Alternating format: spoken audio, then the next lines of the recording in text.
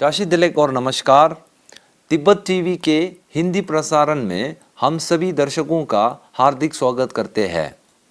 केंद्रीय तिब्बती प्रशासन के सूचना एवं अंतर्राष्ट्रीय संबंध विभाग द्वारा आयोजित परम पावन 14वें दलाई लामा जी के प्रति कृतज्ञता वर्ष के आज की हिंदी पैनल में लोचन रिम्पोछे, आदरणीय डॉक्टर उपानंद थेरो जी, श्री मालिंग गोम्बो जी तथा गेशी जिम्बा ठाकबा जी परम पावन दलाई लामा जी के जीवन की 4 प्रमुख प्रतिबद्धताओं पर अपनी बात रखेंगे। वह परम पावन दलाई लामा जी के जीवन की 4 प्रमुख प्रतिबद्धताएं मानवीय मूल्यों को बढ़ावा देना, धार्मिक सद्भाव को प्रोत्साहित करना, तिब्बती भाषा, संस्कृति और पर्यावरण की संरक्षण तथा भारत की प्राचीन नालंदा परंपरा को पुनर्जीवित करना विषय पर संबोधित करेंगे। यह बातचीत श्रृंखला परम पावन दलाई लामा जी द्वारा विश्व शांति तथा मानवता के प्रति उत्कृष्ट योगदान हेतु विशेष रूप से आभार प्रकट करना है। आप सभी वक्ताओं का हम तिब्बत टीवी में हार्दिक स्वागत करते हैं। सबसे पहले लोचन रिम्पोछे जी द्वारा परम पावन दलाई लामा जी की प्रथम प्रतिबद्धता मानवीय मूल्यों को बढ़ावा देने विषय पर संबोधित करेंगे। आप तिब्बत के महान अनुवादक अध्यापक रिंचेन संगपो के अवतार तथा बौद्ध दर्शन के विद्वान हैं। उनका जन्म हिमाचल प्रदेश के किन्नौर में हुआ था। सर्वप्रथम मैं ये वीडियो सुनने और देखने वाले सभी व्यक्तियों को हृदय से नमन करता हूँ।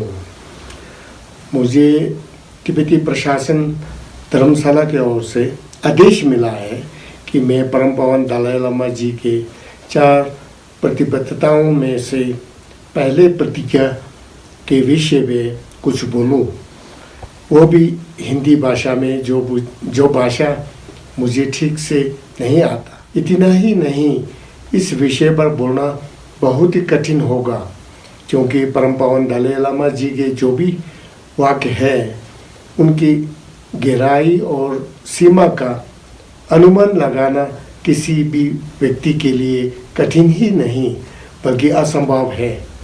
किंतु मैं खुद को बहुत सौभाग्यशाली समझता हूँ क्योंकि परम पावन दलाई लामा जी के वाणी के प्रति चिंतन करना तथा कुछ कहने का अवसर प्राप्त होना साधारण बात नहीं है। इसके अतिरिक्त मुझे ये सौभाग्य भी मिला है कि छोटे आयु में जब मैं धर्मशाला में अध्ययन कर रहा था तब से परम पावन दलाई लामा जी को सुनने का अधिक अवसर मुझे प्राप्त हुआ है। मैं तब से लेकर आज तक उनसे यही सुनते आया हूँ कि हम सबको अच्छा इंसान बनना चाहिए और हमें अच्छे भावनाओं के साथ जीना चाहिए ताकि हम सुखी रह पाए। मैं समझता हूँ कि परम पावन जी के 4 प्रतिबद्धताएं अहिंसा और एक अच्छा इंसान बनने से संबंधित है जो कि सारे सुखों का आधार है। इस 21वीं शताब्दी में परम पावन जी का पहला प्रतिज्ञा यह है, मानवता के महत्व को बढ़ावा देना, और ये अधिक आवश्यक हो गया है। 20वीं शताब्दी में विश्व में बहुत जंग हुए और लाखों लोग मारे गए। खतरनाक बमों का उपयोग भी हुआ, पर नतीजा क्या मिला वो हम सब जानते हैं। युद्ध में किसी को भी जीत नहीं मिलती और युद्ध किसी कठिनाई का हल भी नहीं होता है। ये भी सबको पता चल चुका है। परम पावन दलाई लामा जी ने ये कहा है कि 21वीं शताब्दी को शांति का शताब्दी घोषित कर देना चाहिए। इस संसार में बहुत से जीव जंतु है परंतु मानव के बराबर कोई जीव नहीं है। अगर मनुष्य चाहे तो सभी सुखों को प्राप्त कर सकता है, किंतु हम इस दिशा के ओर जाने से बचते रहते हैं। परम बाबा जी ने बार बार ये कहा है कि जितने मनुष्य इस दुनिया में जीवित है, चाहे या ना चाहे, हम सभी को इस जगत में ही रहना है और साथ ही रहना है। हम सब सुखी रहना चाहते हैं और दुखी नहीं होना चाहते हैं। अगर ऐसा ही है तो हम आपस में क्यों लड़े। उन्होंने ये भी कहा है कि जब हम इस दुनिया में जन्म लेते हैं उस समय हमारे भीतर कोई भेदभाव नहीं होता है। हमें कोई रंग का अंतर नहीं दिखता और न ही धर्म या जात पात या गरीबी अमीरी में कोई अंतर दिखता है। यही हमारा वास्तविक स्वभाव है।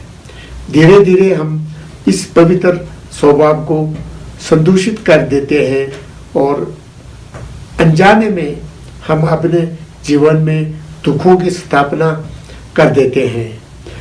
परम पावन जी ने विज्ञान का भी अध्ययन किया और बचपन से ही उनको विज्ञान के प्रति गहरी रुचि रही है। उन्होंने दुनिया की कई जाने माने विज्ञानों के साथ महत्वपूर्ण बैठकें और चर्चाएं भी किया है। आधुनिक विज्ञान के खोज में भी यही पाया है कि मनुष्य का वास्तविक स्वभाव शांत व पॉजिटिव है और ये भी पाया गया है कि मनुष्य को शांत रहने में कई लाभ है और अशांत होने पर वह जीवन के बहुत से सुखों को खो सकता है, चाहे स्वास्थ्य का क्षेत्र हो या अपने परिवार के आपस के रिश्तों के क्षेत्र में हो या व्यापार का क्षेत्र हो। इतना ही नहीं, आप अपने मन को शांत नहीं रख पाए तो विश्व में अशांत को विदृत कर सकते हैं। इसलिए परम पावन जी ने भरपूर प्रयास किया है और अभी भी कर रहे हैं ताकि सभी धार्मिक संप्रदायों को एकजुट होके विश्व में भाईचारा को बढ़ावा देने का कार्य करें। सर्वप्रथम हमें यह जानना आवश्यक है कि अगर सभी मनुष्य सुखी रहे तो हम भी सुखी रह पाएंगे और हम केवल अपने सुख के बारे में सोचेंगे तो कभी भी पूरी तरह से सुख को प्राप्त नहीं कर पाएंगे। विज्ञान ने भी यही स्वीकार किया है कि हम एक सोशल एनिमल हैं, इसलिए एक दूसरे के ऊपर 100% निर्भर है। इसलिए जब सब सुखी हो तभी हम भी सुख को प्राप्त कर पाएंगे। हमें एक दूसरे के आदर करना चाहिए, सीखना चाहिए, तभी हम शांति को बढ़ावा दे सकेंगे। परम पावन जी हर समय हमें ये याद दिलाते हैं कि हमें ये नहीं भूलना चाहिए कि सर्वप्रथम हम सब मनुष्य हैं, इससे कम भी नहीं और अधिक भी नहीं है। हमारे आस्था अलग अलग हो सकती है और धर्म भी अलग अलग हो सकता है और रंग रूप भी अलग हो सकता है, परंतु ये सब अमुख्य प्रश्न है। इसलिए हम सभी को ये सीख लेना चाहिए कि हमें एक दूसरे के रंग रूप, विचारों, अमीरी गरीबी और अलग अलग आस्था को परे रखकर सभी को सम्मान देना चाहिए। विश्व में आस्थाएं और रंग रूप सब एक होना असंभव है। अनहोनी को होनी को कोई नहीं बना सकता है। पहाड़ को समुद्र कोई नहीं बना सकता, तो हम इस असंभव कार्य को संभव बनाने के प्रयास क्यों करें। हम अपने कीमती समय को व्यर्थ क्यों करें। अलग आस्थाएं और रंग रूप अलग होने से भी हम शांति से एक साथ रह सकते हैं। इसका मिसाल भारत है। भारत में सदियों से अलग अलग परिप्रेक्ष्य पृष्ठभूमि के लोग शांति से रह रहे हैं। बौद्ध दर्शन में ये भी कहा गया है कि अधिकतर हमारे समाज में जितने परेशानियां हैं उन सब का मूल कारण हमारा सोच ही है। इसलिए अगर हम सोच को परिवर्तित कर पाए तो ही विश्व की स्थिति बदलने की उम्मीद रख सकते हैं, वरना हमारी स्थिति अच्छे होने की उम्मीद बहुत कम दिखाई देती है। परम पावन जी ने ये भी बार बार जिक्र किया है कि हमारे पास दो प्रकार के चाहत हैं, एक शारीरिक सुख और दूसरा मानसिक सुख। शारीरिक सुख के लिए हमने बहुत कुछ प्राप्त कर लिया है, परंतु मानसिक सुख प्राप्त करने के लिए अभी भी बहुत पीछे रह गए हैं। उसके दो कारण हो सकते हैं। पहला, इस क्षेत्र में अज्ञान होना, और दूसरा मानसिक सुख के प्राप्ति के उपाय की उपलब्धता की कमी होना। विश्व में विज्ञान की प्रगति बहुत आगे है, परंतु चित्त की जानकारी की उपलब्धता को आगे नहीं कर पाए, और इसके कारण अभी तक मानसिक सुख को प्राप्त करने के उपाय बहुत कम हैं। चित्त और मन के बारे में विस्तार से शिक्षा पूर्व देशों में ही उपलब्ध है, खास करके भारत की संस्कृति के अंतर्गत। वर्तमान स्थिति के अनुसार सोचा जाए तो ये शिक्षा पाने के लिए बौद्ध दर्शन से अधिक विस्तार ज्ञान कहीं भी नहीं है। इसलिए परम पावन जी ने कहा है कि ये शिक्षा संसार के लिए एक वरदान साबित हो सकता है, और इसका अध्ययन एकेडमिक रूप से ले लेना चाहिए। ये ज्ञान लेने व इसके लाभ पाने के लिए किसी को बौद्ध बनने की आवश्यकता नहीं है। ये एक जानकारी, ज्ञान, इंफॉर्मेशन या नॉलेज है। इससे हमें मन की शांति प्राप्त करने का उपाय और ज्ञान मिलेगा। इसलिए परम पावन जी का ये भी मानना है कि हमारे लिए प्राचीन काल के नालंदा विश्वविद्यालय के महापंडितों के पुस्तकों का अध्ययन करना बहुत आवश्यक है।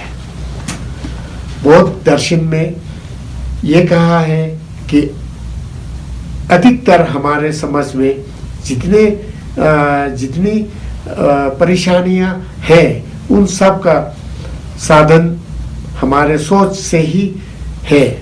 इसलिए सोच को परिवर्तन कर पाए तो ही विश्व की स्थिति बदलने का उम्मीद रख सकते हैं, अथवा हमारे स्थिति अच्छा होने का उम्मीद बहुत कम दिखाई देते हैं। इसलिए अगर हम विश्व में अच्छे भविष्य की कल्पना करते हैं तो हमें हमारे स्वार्थी मानसिकता को अवश्य बदलना होगा, और इस दिशा में जाने के लिए शिक्षा के स्थानों में शील की शिक्षा को सबसे प्रथम स्थान पे रखना चाहिए। मुझे परम पावन जी के इन शिक्षाओं से ये अनुभव हुआ है कि विश्व में वर्तमान परिस्थितियों के अनुसार ज़्यादातर लोग शर्म धर्म सब भूल गए हैं, और यही अशांति का कारण है। प्राचीन काल में लोग झूठ बोलने से शर्माते थे और वर्तमान में सच बोलने से शर्माते हैं। इस प्रकार चोरी करना, हिंसा करना सभी स्थितियों की यही दशा है, और यही हमारे सारे दुखों का मूल है। परंतु आजकल के लोग इसे नहीं पहचानते हैं और ना चाहते हुए भी दुख के और छलांग लगा देते हैं।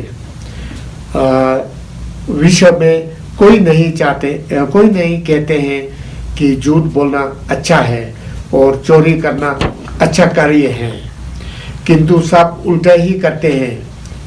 इस क्षेत्र में परिवर्तन लाने का एक ही उपाय है और वो है शील का पालन करना। शील का पालन करने से अशांति की समाप्त हो जाएंगी और चारों ओर शांति आराम हो जाएंगी। परम पावन जी ने अपना पूर्ण जीवन जगत की शांति और इंसानियत के प्रति समर्पित कर दिया है और विश्व ने इस बात को मान्यता देते हुए उन्हें नोबेल शांति पुरस्कार से सम्मानित किया है। आज इस अवसर का लाभ उठाते हुए इस माध्यम से मैं स्वयं एक भारत का नागरिक होने और हिमालय क्षेत्र में एक छोटा सा नामी व्यक्ति होने के नाते अपने भारत सरकार से यह अनुरोध करना चाहता हूँ कि वे हमारे सरकार की ओर से भारत के सबसे ऊंचे पुरस्कार भारत रत्न परम पावन जी को भेंट करके उन्हें सम्मानित करें। यह केवल मेरा ही सुझाव नहीं है, भारत के सारे हिमालयी क्षेत्र में इस अभियाचना की आवाज बुलंदी से गूंजती रही है। अंत में मैं प्रार्थना करता हूँ कि परम पावन जी की दीर्घ आयु हो और इस प्रकार से विश्व में सभी प्राणियों का मार्गदर्शन करते रहे। सर्वमंगलम। हमारे अगली वक्ता आदरणीय डॉक्टर उपानंद थेरो जी हैं। आप परम पावन दलाई लामा जी की दूसरी प्रतिबद्धता धार्मिक सद्भाव को प्रोत्साहित करने के विषय पर संबोधित करेंगे। डॉक्टर उपानंद थेरो जी बौद्ध धर्म के विद्वान तथा युवा बौद्ध संघ नामक संस्था के महासचिव है। नमो तस् भगवतो अरहतो सम्मा संबुद्दस्स। नमो तस् भगवतो अरहतो सम्मा संबुद्दस्स। नमो तस् भगवतो अरहतो सम्मा संबुद्दस्स। परम पावन जी को त्रिवार वंदामि। तिब्बत सरकार धर्मशाला में परम पावन जी की प्रतिबद्धताओं पर वेबिनार के माध्यम से ये जो एक लंबी संगोष्ठी का आयोजन कर रही है, इसके लिए सरकार साधुवाद की पात्र है। मैं भिक्षु डॉक्टर उपानंद, महासचिव youth Buddhist society of India Sankisa, विगत कई वर्षों से परम पावन जी को सुन रहा हूँ। वास्तव में विश्व में शांति और सद्भावना के लिए परम पावन जी की 4 प्रतिबद्धताएं का अभ्यास संपूर्ण विश्व के लिए एक वरदान साबित हो सकती है।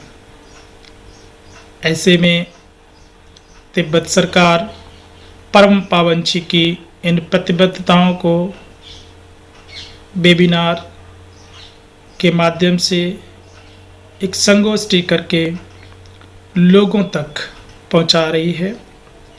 इसके लिए सरकार को बहुत बहुत धन्यवाद, साधुवाद, मंगल कामनाएं। परम पावन जी ने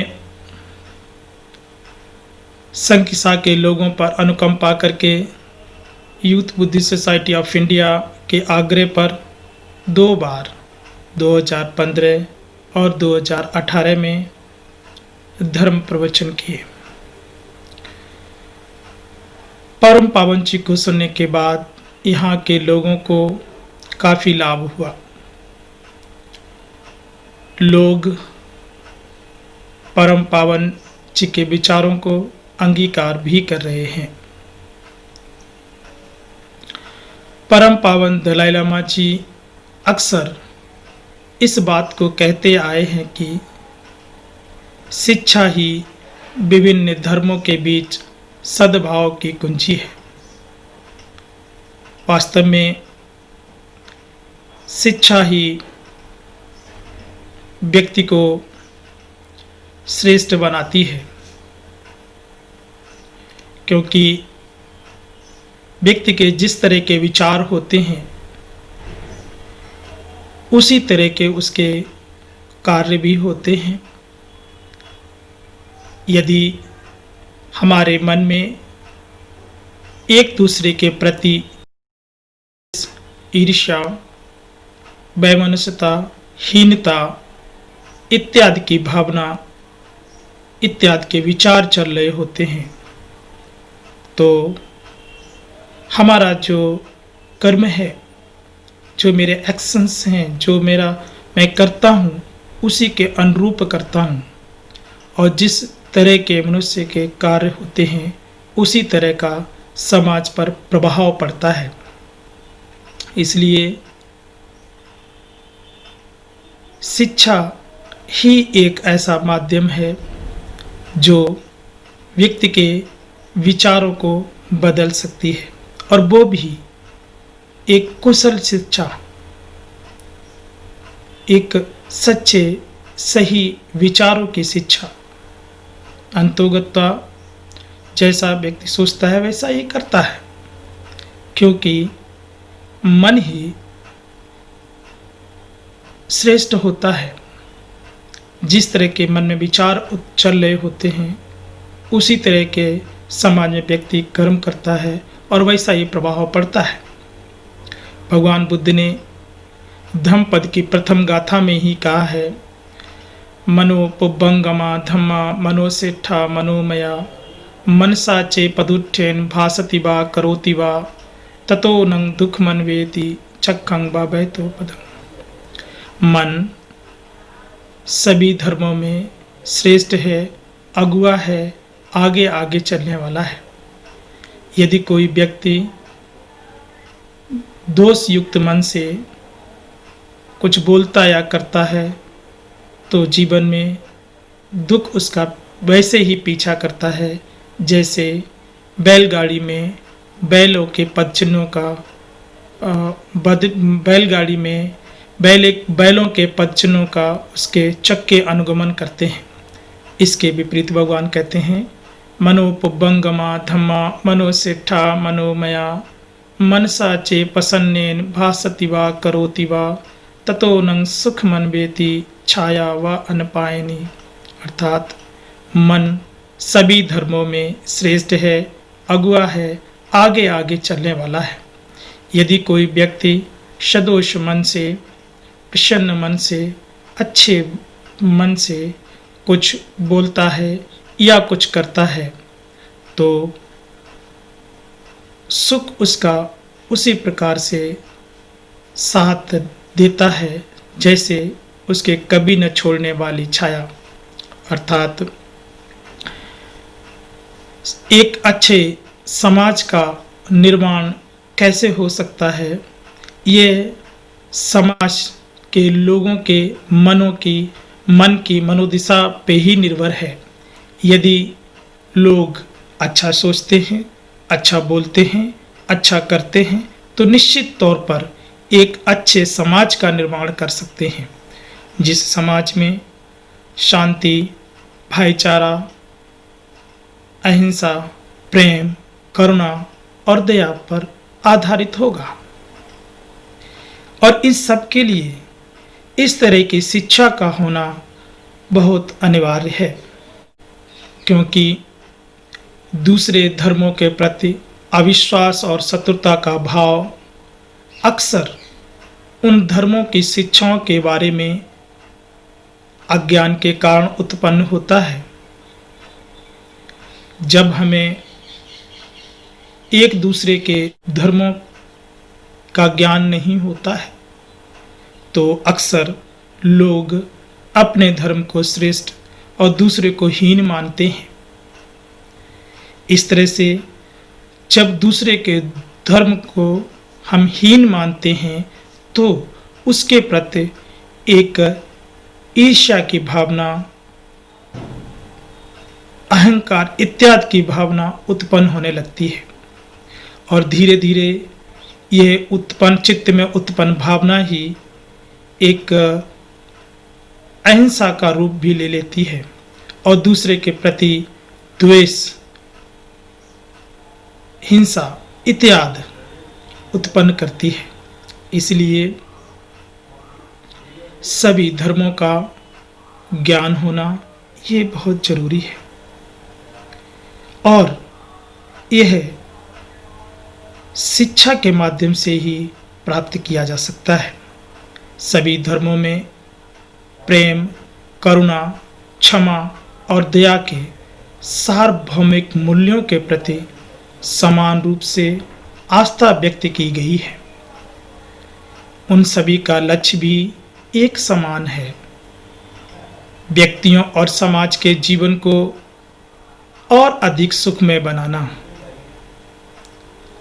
इस प्रकार से जितने भी विश्व में धर्म हैं, मान्यताएं हैं, मत हैं, वे सभी मिलकर के एक ही शिक्षा देते हैं या ऐसा भी कह सकते हैं उन सब का जो लक्ष्य है, उद्देश्य है, वो एक ही है।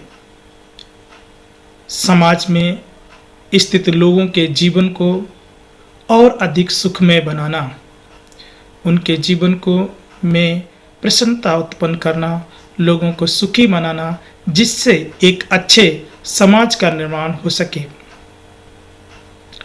उनके बीच के वैचारिक मतभेद किसी भी दृष्टि से उन लक्ष्यों की प्राप्ति के लिए इन मूल्यों के महत्व को नहीं नकारते हैं। वे तो बस विभिन्न प्रकार की उन रूपरेखाओं और व्याख्याओं को दर्शाते हैं जो इन गुणों को विकसित करने के दृष्टि से साधकों के लिए समान रूप से असरदार होती है। इसलिए धार्मिक सौहार्द को बढ़ावा देने के लिए विभिन्न धर्मों के अनुयायियों को यह सीखना चाहिए कि वे उस समन्वय की स्थिति में पहुंचते हैं जहां विश्वास, सम्मान और सौहार्द में वृद्धि हो सकती है। इसलिए मेरा मानना है कि आज के परिप्रेक्ष्य में अंतरधार्मिक शिक्षा की नितांत आवश्यकता है। यह इसलिए ताकि प्रत्येक पक्ष दूसरे पक्ष को सम्मान देना सीख सके। जब हम एक दूसरे के धर्मों के विषय में, उनकी शिक्षाओं के विषय में, उनकी मतों के विषय में अच्छे से परिचित होंगे, तब हम समझ सकेंगे कि इन सभी धर्मों का जो मूल उद्देश्य है वह तो मनुष्य की मनुष्यता को निखारने के लिए है। समाज में शांति, भाईचारा इत्यादि स्थापित करने के साथ साथ मनुष्य के जीवन को और अधिक सुखमय बनाना ही है। तब हम कभी भी दूसरे के धर्म पर, दूसरे के मत पर कटाक्ष नहीं करेंगे। इसलिए माना जाता है कि शिक्षा सामाजिक धार्मिक सद्भाव को हासिल करने की कुंजी है। यही एक वह कुंजी है जो धार्मिक सद्भाव का दरवाजा खोल सकती। बुद्ध ने हमेशा सर्वधर्म सद्भाव पर जोर दिया। यहाँ तक जब उन्होंने प्रथम बार सारनाथ में धर्मचक्र परिवर्तन करने के बाद अपने 60 भिक्षुओं को धर्म प्रचार के लिए भेजा, तो उन्होंने भिक्षुओं को संबोधित करते हुए कहा कि चरत भिक्खवे चारिकां बहुजन हिताय बहुजन सुखाय लोकानुकंपाय अत्ताय हिताय सुखाय। भिक्षुओं, बहुत लोगों के हित के लिए, बहुत लोगों के सुख के लिए, लोक पर अनुकंपा करके देवता और मनुष्यों के प्रयोजन के लिए, हित के लिए, सुख के लिए विचरण करो। साथ ही उन्होंने सब्बे सत्ता सुखी हुंतु सब्बे हुंतु च खेमिनो सब्बे भद्रानि पश्यन्तु मा कंच दुःखमागम। अर्थात संसार के सभी प्राणी, सभी जन सुखी हों, सभी जन क्षमा के पात्र हैं, उन्हें क्षमा प्राप्त हो इत्यादि उपदेश देकर संसार के मनुष्यों सहित सभी प्राणियों के सुखी जीवन की कामना की है। जहाँ केवल प्रेम, करुणा और दया का भाव समाहित हो। उन्होंने अपने जीवन काल में कभी किसी भी मत, दर्शन या धर्म की बुराई नहीं की, न ही अपने शिष्यों को ऐसा करने को कहा। हाँ, उन्होंने समाज में व्याप्त कुरीतियों अथवा असामाजिक मान्यताओं का पुरजोर खंडन जरूर किया है, जो कि मनुष्य के सर्वांगीण विकास एवं मनुष्यता के लिए रोड़ा थी। तथागत सम्यक संबुद्ध तो संसार के प्राणियों के प्रति करुणा और दया के प्रतिमूर्ति थे। कभी कभी भिक्षुओं इत्यादि को उनकी गलतियों पर डांटा भी करते थे, पर भगवान बुद्ध की जो डांट होती थी वह कुम्हार के सदृश होती थी। जिस प्रकार से जब कुम्हार कोई मिट्टी का बर्तन बनाता है तो वह बाहर से ठोकता है, किंतु अंदर से एक हाथ लगा के रखता है, जिससे कि उसकी चोट से वह बर्तन टूटने न पाए।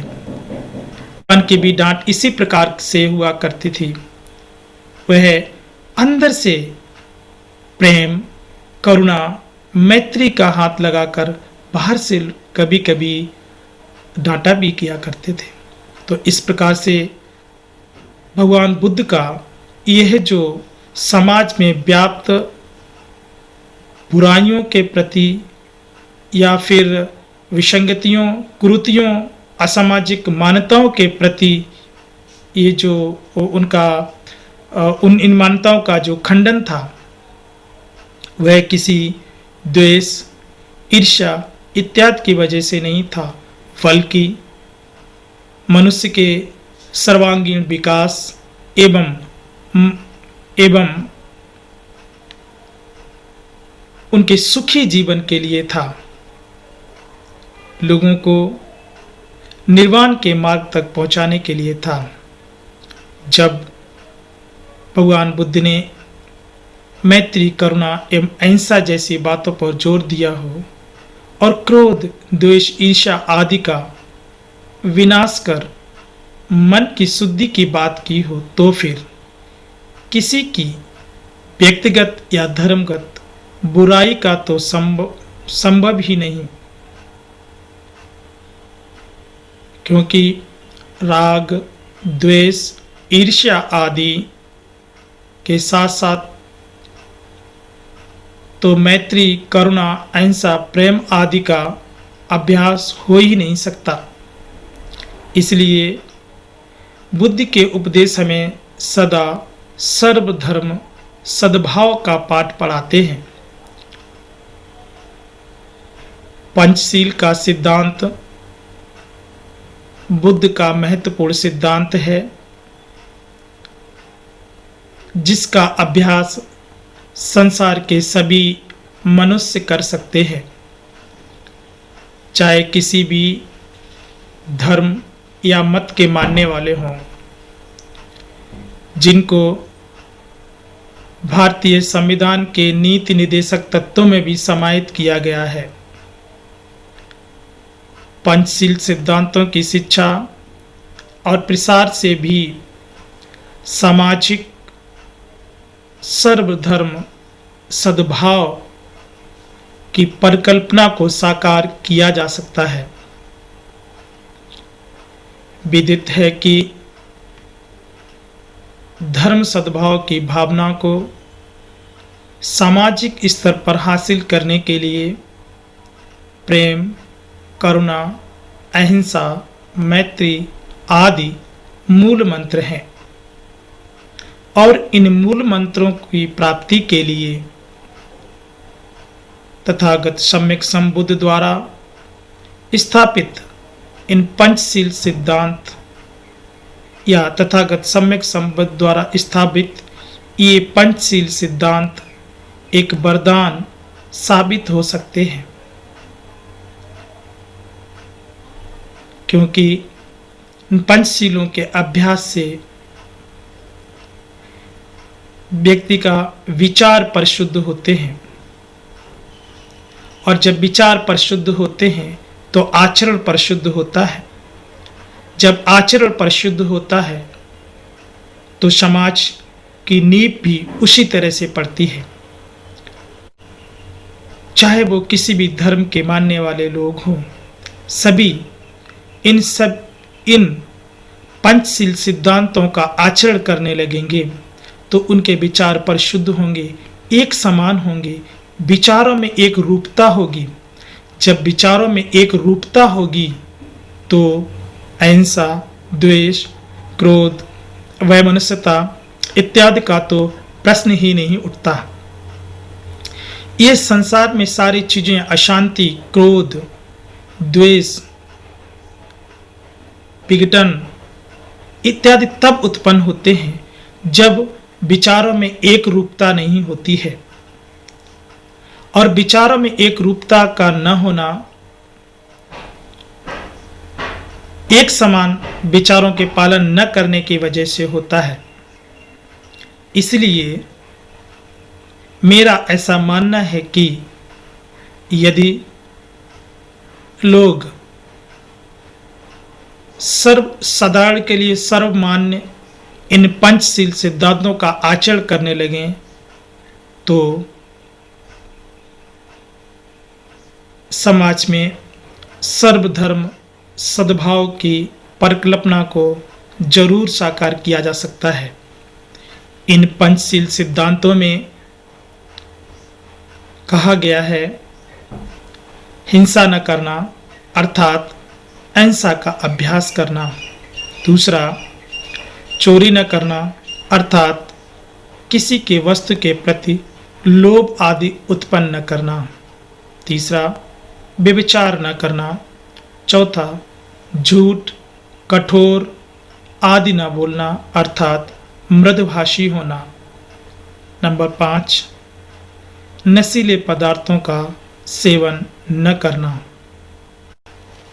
भगवान कहते हैं यो पानमति पातेति मुसावास दंच भासति लोके अदिन्नं आदयति परदारंच गच्छति सुरा मेरे पानंच यो नरो अनु इंजति इदमेव सो लोकस्मिं मूलं खनति अतनु।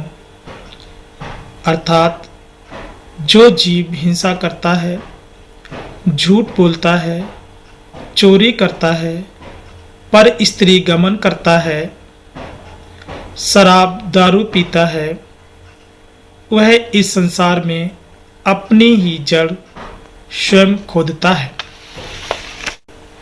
मावो चफरुषं कंची बुत्ता पटवदेयुं तंग दुखा ही सारंभ कथा पटदंडा फुशेयुं तंग। अर्थात कटु वचन न बोलो, दूसरे भी तुमसे वैसा ही बोलेंगे।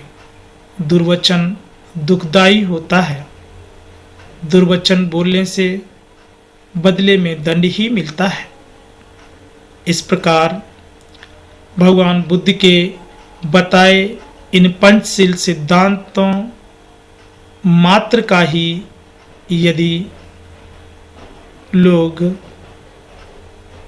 ठीक से अनुसरण करने लगे, जो कि वास्तविक रूप में सभी जनों के हित के लिए, सभी जनों के सुख के लिए, सभी जनों के कल्याण के लिए हैं, तो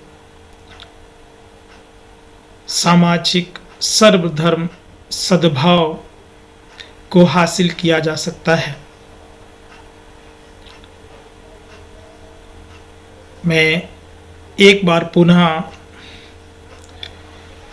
परम पावनजी को तिरवार बंदामी करते हुए तिब्बत सरकार को बहुत बहुत साधुवाद, मंगल कामनाएं, जो कि उन्होंने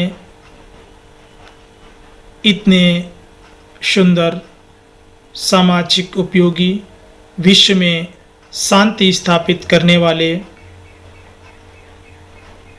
परम पावन की प्रतिबद्धताओं पर एक संगोष्ठी का आयोजन किया और उसमें मुझे भी अवसर प्रदान किया। इसके लिए तिब्बत सरकार को बहुत बहुत साधुवाद, धन्यवाद, मंगल कामनाएं। सब्बे सत्ता सुखी हन्तु, सब्बे हन्तु च खेमिनो, सब्बे भद्राणि पश्यन्तु, मा कंचि दुःखमागमा। साधु साधु साधु। इसके बाद हमारे वक्ता है श्री मालिंग गोम्बो जी। श्री मालिंग गोम्बो जी तवांग अरुणाचल प्रदेश के निवासी है। वर्तमान में Indian Himalayan council of Nalanda Buddhist tradition संगठन के संस्थापक सदस्य है। आप परम पावन दलाई लामा जी की तीसरी प्रतिबद्धता तिब्बती भाषा, संस्कृति और पर्यावरण की संरक्षण के विषय पर संबोधित करेंगे। राशि दिले,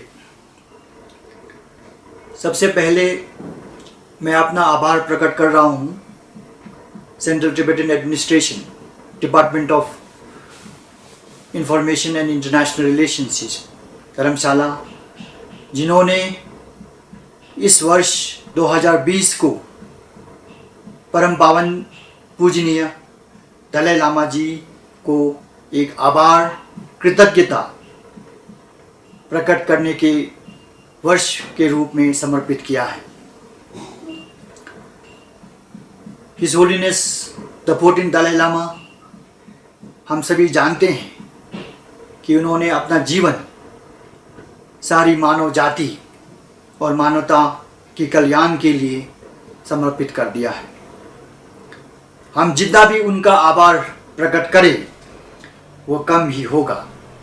और ये जानकर बहुत खुशी हुआ कि सेंट्रल टिबेटन एडमिनिस्ट्रेशन ने अपने तरह से तिब्बतियों के तरफ से और सारे भारत के देशवासियों के तरफ से साल 2020 को परम पावन जी को एक ग्रैटिट्यूड, कृतज्ञता के रूप में समर्पित किया है।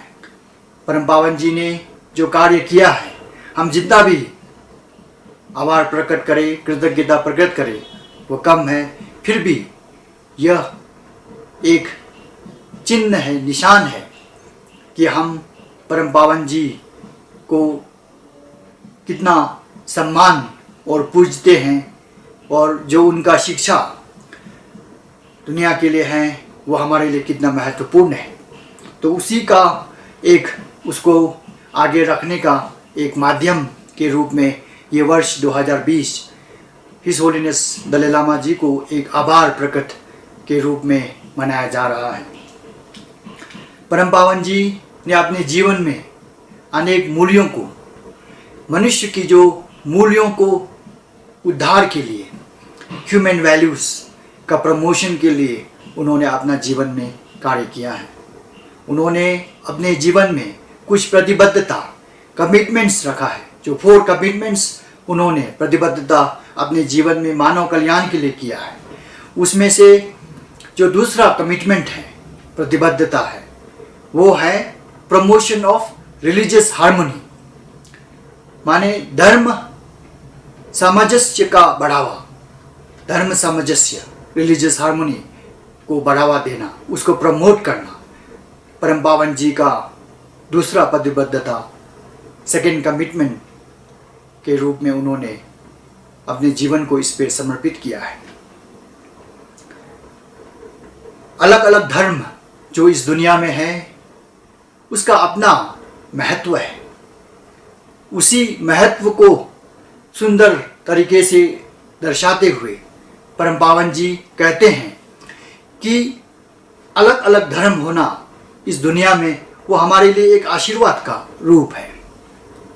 क्योंकि अगर अलग अलग धर्म है तो वो अलग अलग जो हम मनुष्य हैं उसके लिए अलग अलग जो स्वरूप है मनुष्य का, अलग अलग मनुष्यों का अपना एक स्वभाव होता है। और जो अलग अलग प्रकार के मनुष्य दुनिया के अलग अलग जगहों में वास करते हैं, रहते हैं, उनका अपना एक स्वभाव होता है। तो उस जगह और स्वभाव के मुताबिक अलग अलग धर्मों का इस दुनिया में जन्म हुआ है। तो इसलिए उन अलग अलग परिस्थितियों के लिए, अलग अलग मनुष्य की स्वभावों के लिए, अलग अलग मनुष्य की जो उनका जो आदतों के लिए, स्वभाव के लिए अलग अलग धर्म जो है उसमें उपयुक्त होता है। तो इसलिए हमें जो अलग अलग धर्म है वो अपनी प्रकार से अलग अलग जगहों के लिए, अलग अलग मनुष्य के स्वभावों के लिए वो अच्छा रहता है। तो उसको हमने उस प्रकार से देखना है। तो इसलिए अलग अलग धर्म होना हमारे लिए एक आशीर्वाद का रूप है। हर एक धर्म जो है अपना एक शिक्षा देता है मानवता की उत्थान के लिए, मानवता की भलाई के लिए, मानव जाति की भलाई के लिए। सब धर्मों का उपदेश है। जितने भी धर्म हैं, सभी धर्मों का जो उपदेश है वो मानवता की भलाई के लिए है। उसको कहने का, करने का तरीका जो है वो अलग अलग हो सकता है, वो अलग अलग है, लेकिन ये सारे अलग अलग धर्म जो है वो अलग अलग मार्ग है, एक ही परमात्मा के पास जाने का रास्ता है। जिस प्रकार से अलग अलग नदियाँ हिमालय के अलग अलग क्षेत्रों से, पहाड़ों से आके अंत में समुद्र में जाके विलय होके समुद्र बनता है, विराट समुद्र। तो उस प्रकार से अलग अलग जो धर्म है, परम पावन जी कहते हैं ये हमारे मानवता के लिए आशीर्वाद है। हमें इसलिए हर एक धर्म को सम्मान करना चाहिए, उसका आदर करना चाहिए, क्योंकि मूल रूप से जो सभी धर्मों का उद्देश्य है वो मूल रूप से प्यार, प्रेम, करुणा, अहिंसा, सहनशीलता, ये सब जो ह्यूमन वैल्यूज़ हैं, मनुष्य के जो मूल्य है, उन पर आधारित है। सभी धर्म जो है मानवता की भलाई के लिए रास्ता दिखाते हैं।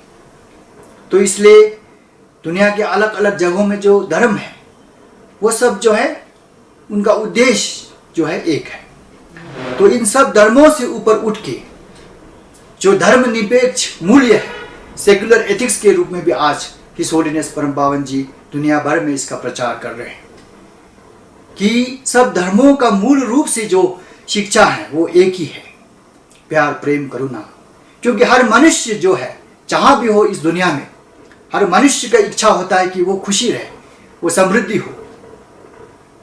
तो और उसी को आगे करने के लिए हिज होलीनेस का कहना है कि अलग अलग जो धर्म है वो सभी के लिए एक आशीर्वाद है, और अलग अलग धर्म की जो शिक्षा है उसको हमें आदर करना चाहिए। जो इसलिए प्रमोशन ऑफ रिलीजियस हार्मनी, सभी धर्मों के बीच में भाईचारा का संबंध हो, सभी धर्मों के लोग जो है धर्म गुरु और उस धर्म के अनुयायी जो फॉलोअर्स हैं वो उस धर्म को, एक दूसरे के धर्म को समझे और एक दूसरे के धर्म को आदर और सम्मान करे और अपने जीवन चरित्र को उस धर्म के आधार पर आगे ले जाने का प्रयास और प्रयत्न करें। तो इस प्रकार से इस होलीनेस का बहुत ही सुंदर रूप से ढंग से कहना है कि अलग अलग धर्म को हम खराब न सोचिए, उसको नेगेटिव में मत देखिए, लेकिन अलग अलग धर्म जो है एक आशीर्वाद है, वो हमें अलग अलग मार्ग से एक ही सच्चाई की तरफ ले जाने का करता है। हर एक धर्म का अपना अपना एक सच्चाई होता है, अलग अलग सच्चाई, लेकिन वो अलग अलग राह है। और मूल धर्म पे जो मानव मनुष्य का जो मूल रूप से जो करुणा, मैत्री, सहनशीलता, अहिंसा, वही मार्ग दर्शाता है। और इसी धर्म सामंजस्य को लेकर, रिलीजियस हार्मोनी को लेकर परम पावन जी ने दुनिया भर में जहाँ उनका प्रवास रहा, जहाँ उनका प्रवचन रहा, जहाँ लोगों के साथ उनका संवाद रहा, तो उन्होंने धर्म सामंजस्य को लेके कहा कि आज की 21वीं सदी में, आज जब समय बहुत बदल गया है, आज जब सारी दुनिया जो है एक छोटा सा परिवार हो गया है, तो उसमें जरूरी ये है कि हम आपस में एक दूसरे को आदर सम्मान करें। जो अलग अलग धर्म है उसके बीच में एक धर्म सामंजस्य हो, एक रिलीजियस हार्मनी हो, उसको हम प्रमोट करें। क्योंकि आज एक सारा दुनिया छोटा होने के कारण आपस में मेल जोल जो ज़्यादा हो गया, एक दूसरे को जानने की जो हमें जो अपॉर्चुनिटी मिला है वो ज़्यादा हो गया। पहले ज़माने में लोग दुनिया के अलग अलग जगहों में रहते थे, जैसे बौद्ध धर्म जो है वो एशिया के जगहों में ज़्यादा था, उस प्रकार से जो इस्लाम धर्म है वो मिडिल ईस्ट अरब देशों के बीच में ज़्यादा होता था, और जो क्रिश्चियनिटी है वो वेस्टर्न पश्चिम देशों के जगह में ज़्यादा हुआ है। तो ये सब धर्म जो अलग अलग जगहों में उनका जन्म हुआ है, और जो हिंदुइज्म है वो इंडिया और एशियन रीजन्स में हुआ है। तो पुराने ज़माने में क्योंकि आने का जाने का यातायात साधन, कम्युनिकेशन का वो सब चीज़ें नहीं था, तो लोगों का आपस में मिलना बहुत कम होता था। तो जब लोगों का आपस में मिलना कम होता था तो उनको आपस में एक दूसरे का धर्मों के बारे में भी, संस्कृति के बारे में भी ज्ञान नहीं होता था। तो इसलिए वो चल जाता था, क्योंकि अलग अलग जगह में वो अपना संस्कृति, अपना धर्म को लेकर आगे चल रहा है।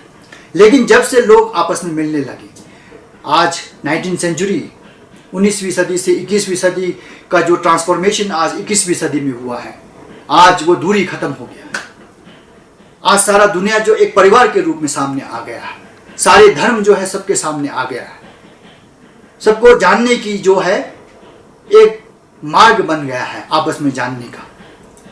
और जो इंफॉर्मेशन रेवोल्यूशन हुआ है, आज ज्ञान का भी जो रेवोल्यूशन हुआ है, टेक्नोलॉजी के कारण से, साइंस के कारण से, विज्ञान के कारण से, तो इसलिए इसमें बहुत जरूरी होता है कि हम आपस में धर्म सामंजस्य, रिलीजियस हार्मनी को प्रमोट करना जरूरी है।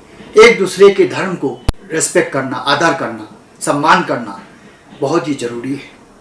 क्योंकि अगर हम इतिहास में देखें तो धर्म के नाम पर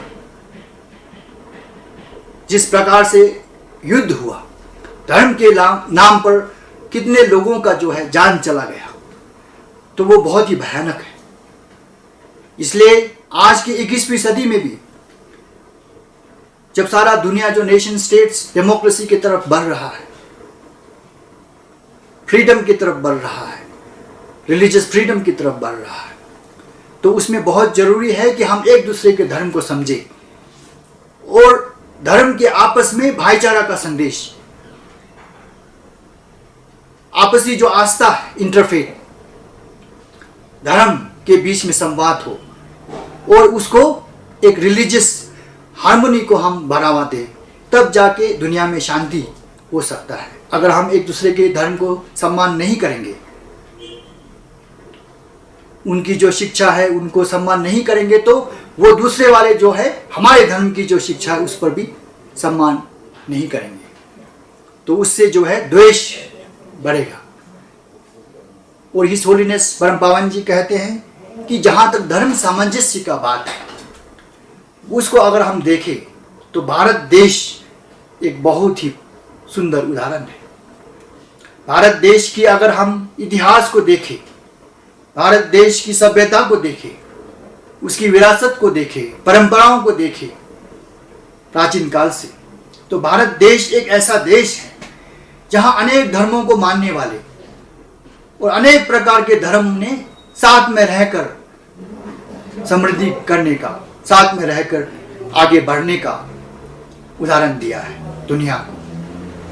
भारत के इतिहास में देखें तो स्वामी विवेकानंदा जो एक हिंदू मंक थे, उन्होंने जाके अमेरिका में जो वर्ल्ड रिलीजन ऑफ पार्लियामेंट में जो उन्होंने एड्रेस किया, वहां पे उन्होंने कहा सारी दुनिया को कि brothers and sisters of America,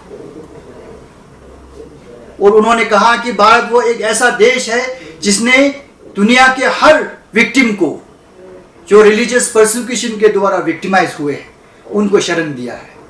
जो ज्यूस हो गए, जो पारसीस हो गए, इवन जो मुस्लिम्स लोग थे जो जिनको दूसरी जगहों में दुनिया में सताया गया, वो लोग जो है इंडिया में आए और शरण लिया।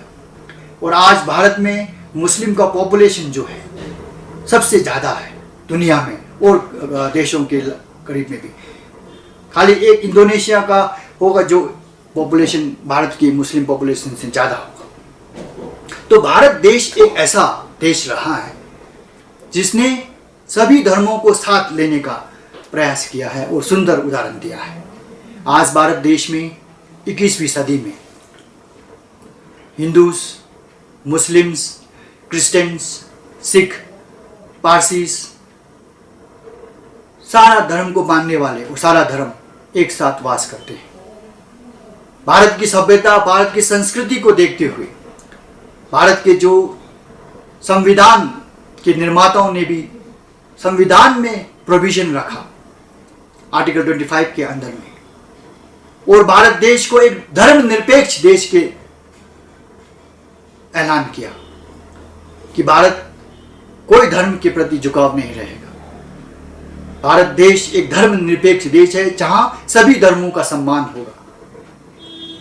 कोई एक धर्म को किसी दूसरे धर्म के खिलाफ आगे बढ़ावा नहीं किया जाएगा, और हमारा भारत देश का कोई धर्म एक देश धर्म नहीं रहेगा, क्योंकि ये भारत देश एक ऐसा देश है जहाँ पे अलग धर्म, अलग अलग प्रकार के धर्मों को मानने वाले। इसलिए भारत देश में अगर आप देखेंगे सरकार में भी मिनिस्ट्री ऑफ माइनॉरिटी अफेयर्स करके होता है, ministry national commission for minorities करके, जो माइनॉरिटी अल्पसंख्यक के लोगों के लिए, अल्पसंख्यक धर्म के लोगों को मानने वाले, उस प्रकार से भारत ने वो नेशनल ह्यूमन राइट्स कमीशन है जहाँ पे मानव मूल्यों का आधार, universal declaration of human rights को आधार करते हुए, इस प्रकार से भारत की जो 21वीं सदी का जो भारत, उसका जो संविधान में भी उस प्रकार से प्रावधान रखा गया। तो हिज होलीनेस परम पावन जी हर जगह दुनिया में जब जाते हैं, पश्चिम देशों में, अलग अलग देशों में, और जो वो धर्म सामंजस्य, रिलीजियस हार्मोनी की बात करते हैं, तो भारत का सुंदर उदाहरण देते हैं कि हमें भारत देश से सीखने की जरूरत है। और वो अपने आप को भारत की संस्कृति, भारत की सभ्यता का एक चेला मानते हैं, वो भारत देश को गुरु मानते हैं, क्योंकि हमारी जो तिब्बत की संस्कृति है वो भी हमारी नालंदा संस्कृति, जो भारत की संस्कृत संस्कृति से गया हुआ है। तो भारत की जो सभ्यता है, भारत की जो परंपरा है, भारत की जो संस्कृति है, वो हमें बहुत कुछ सिखाता है, जहाँ तक धर्म निरपेक्ष और जहाँ तक धर्म की सामंजस्यता का हिज होलीनेस परम पावन जी हमेशा उदाहरण देते हैं। अब तो दुनिया का जो वर्ल्ड बॉडी है, यूनाइटेड नेशन, वहाँ पर भी उन्होंने रिलीजियस हार्मोनी को लेके, सब धर्मों को मानने वालों का, उनकी अपनी फ्रीडम को लेके सारी दुनिया को इंस्ट्रक्शंस देते हैं कि किस प्रकार से मानव वैल्यूज़ का, यूनिवर्सल ह्यूमन राइट्स का मानव के जो मूल्यों का, बेसिक ह्यूमन राइट्स का आपको हर देश को आदर करना चाहिए। तो इसलिए हिज होलीनेस ने कहा है, हिज होलीनेस इस पर हमेशा कार्य कर रहे हैं, जो उनकी दूसरी प्रतिबद्धता है, प्रमोशन ऑफ रिलीजियस हार्मनी, धर्म सामंजस्य को बढ़ावा देना। क्योंकि आज की 21वीं सदी में ये बहुत ज़रूरी है। अगर हम दुनिया की शांति, मानव जाति की शांति, उत्थान के लिए हमें काम करना है, तो अलग अलग जो धर्म है सारी दुनिया में, उनके बीच में भाईचारा हो, उनके बीच में अंडरस्टैंडिंग हो और किसी प्रकार का भेदभाव ना हो, एक दूसरे के धर्म को आदर करना और उसमें अलग अलग धर्म के गुरुओं को साथ में लेके आपस में वार्तालाप करना, संवाद करना, अपनी जो चर्चाओं को, अपनी जो सोच को, शिक्षा को एक दूसरे से आदर प्रदान करना, सर्वधर्म सम्मेलन करना और सभी धर्मों को आदर सम्मान करना। इस प्रकार से परम पावन जी दुनिया भर में जहाँ भी जाते हैं वो इस धर्म सामंजस्य की बढ़ावा के लिए काम करते हैं। परम पावन जी ने अपने जीवन में उन्होंने अपना देश को खोया है और आज भारत में वो रह रहे हैं। भारत उसका दूसरा घर है, दूसरा देश है। परम पावन जी ने इन कठिन परिस्थितियों में भी दुनिया को और मानवता की अच्छाई के लिए एक बौद्ध भिक्षु के रूप में कार्य किया। उन्होंने कठिन परिस्थितियों में जिस राह को चल के तिब्बत की आज़ादी को प्राप्त करने की कोशिश किया, शांति के मार्ग से, अहिंसा के मार्ग से, उसी चीज को सम्मानित करते हुए उन्हें 1989 को नोबल शांति पुरस्कार, नोबल पीस प्राइज से उन्हें सम्मानित किया गया। और हिज होलीनेस परम पावन जी निरंतर अपनी प्रयास को कायम रखते हुए धर्म सामंजस्य को बढ़ावा देने के लिए उन्होंने दुनिया भर में प्रवास करके इस पर कार्य किया है। उनका जो मैसेज, उनका जो संदेश अलग अलग धर्मों को मानने वाले, अलग अलग धर्म के गुरुओं से हमेशा यही रहा कि हम लोगों का मूल मार्ग एक ही है। हमारे बीच में, अलग अलग धर्मों के बीच में जो समानता है, कॉमनैलिटी है, वो ज़्यादा है। बहुत कम जो है वो अंतर है, डिफरेंसेस है। तो इसलिए हमें ज़रूरी है कि हमारी जो समानता है उस पर हम जोर दे के काम करें और जो अलग अलग धर्म है, अलग अलग ट्रेडिशंस, परंपरा, फेथ है, उसको आपस में हमें एक साथ लेके काम करने की बहुत ज़रूरी है। बौद्ध धर्म के अंदर में भी जो अलग अलग ट्रेडिशंस हैं, उनके बीच में आपसी आस्था, इंटरफेथ मीटिंग्स और डायलॉग, संवाद कराना। क्रिश्चियंस के बीच में भी जो अलग अलग डिनोमिनेशंस हैं, उनको भी साथ में लेके आपस में चर्चा करना, एक दूसरे की जो ट्रेडिशंस है, डिनोमिनेशंस है, उसको समझना और देखना कि मूल रूप से एक ही संदेश है, मानवता की भलाई के लिए। जो भी थोड़ा बहुत जो डिफरेंसेस है, जो अंतर है, उस जिसको ज़्यादा लोगों ने बाहर उलझाने की कोशिश किया है, उसे हमें नहीं करना है। क्योंकि मूल रूप से अगर हम देखें तो हमारी कॉमनैलिटीज़ जो है, समानता जो है, वो ज़्यादा है। तो उसी को फोकस करके हिज होलीनेस निरंतर इस प्रतिबद्धता को लेके, धर्म सामंजस्य को बढ़ावा देना, इस प्रतिबद्धता को लेके परम पावन जी निरंतर कार्य कर रहे हैं।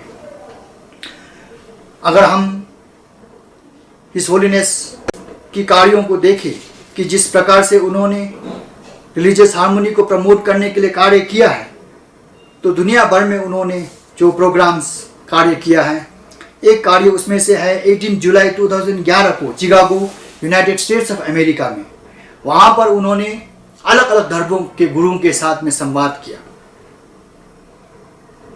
और अपने विचार को रखा। सभी धर्मों के गुरुओं ने अपने विचार को रखा और उन्होंने देखा कि मूल रूप से सभी धर्मों का संदेश मानवता की भलाई के लिए है।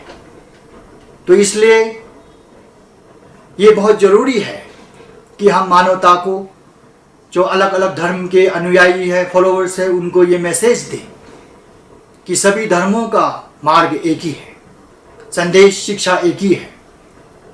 तो इसलिए हमें हर एक धर्म को सम्मान करना चाहिए, आदर करना चाहिए। तो जब ये कॉन्फ्रेंस हुआ, ये संवाद हुआ चिकागो यूनाइटेड स्टेट्स में, जो एक मैगिल यूनिवर्सिटी और अन्य संस्थाओं ने मिलकर इस प्रोग्राम को आयोजन किया था, तो वहाँ पे अलग अलग धर्म के जो लोग थे, क्रिश्चियनिटी के लोग थे, इस्लाम के लोग थे, जूस के लोग थे, उन धर्म गुरुओं ने भी बहुत परम पावन जी का प्रशंसा किया।